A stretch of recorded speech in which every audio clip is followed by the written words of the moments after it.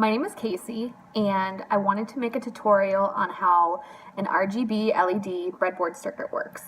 I'm new to circuits. I couldn't find anything that was like a YouTube video online to actually show step by step on how to do it, how to actually get the red, blue, and green out of the LED itself.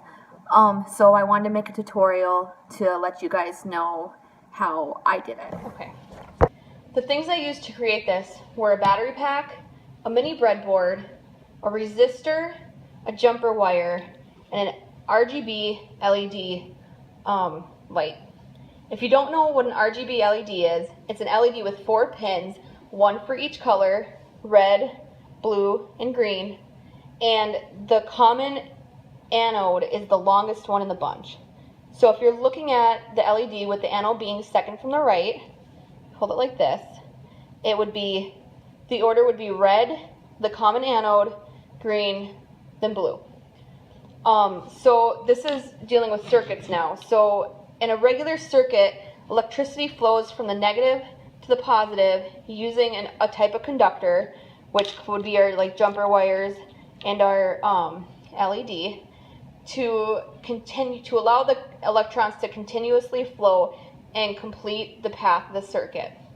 If there was a break in the path, the circuit will no longer be completed and the electricity will be lost. So using your breadboard, which is this, it's actually a mini breadboard, we plug in the positive wire, which is right here, to the positive column, which is right here on the breadboard, giving the entire length charge. Then we do the same for the negative wire for the left.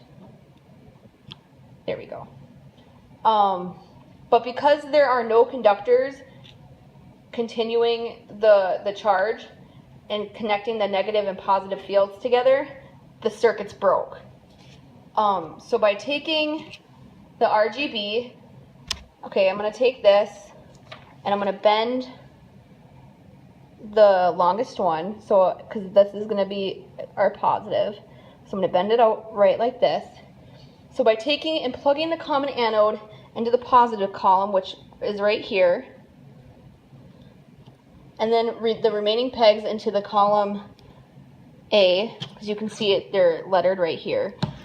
So I'm going to plug in the rest of the columns, if I can see right here. Okay, so I plugged them into the column A. The energy from the positive column and the remaining pegs, the energy is now being conducted into the row of the inserted peg up to the middle of the breadboard. So it goes all the way up to here. But it's still leaving the circuit broke. You can see that.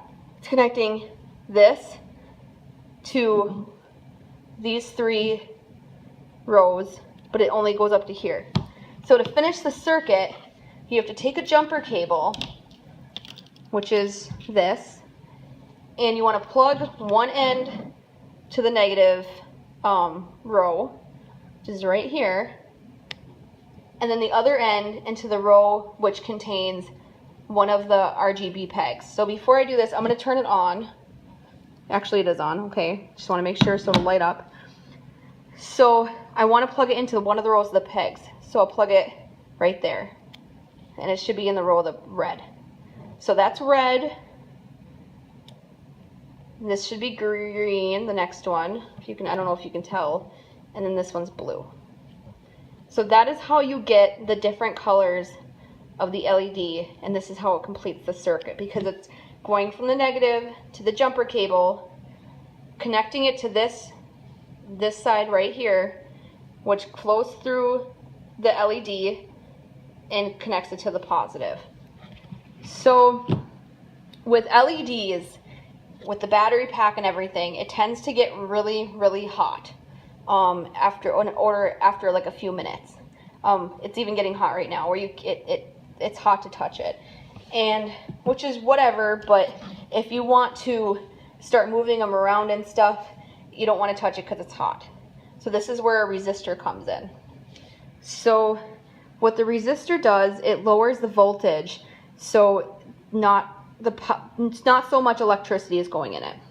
So what we can do is we can unplug the jumper wire, which breaks the circuit, plug in from the negative side because it has to travel into one of these little boxes.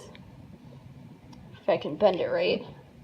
These things tend to bend pretty freaking easy. Let me get it straighter too. Okay, I mean, it doesn't have to be perfect. It doesn't have to be in the same column. It just has to be able to travel. So then you can take your jumper wire. You can take your, oops, my things came undone. Okay, you can take your jumper wire now, put it in the row where the resistor is plugged into. It has to be the same row, and then you can plug it into the row of the LED, and therefore it won't get so hot. So that is how an LED RGB works, like a circuit works, I mean on a very low scale level, and how you get the different colors.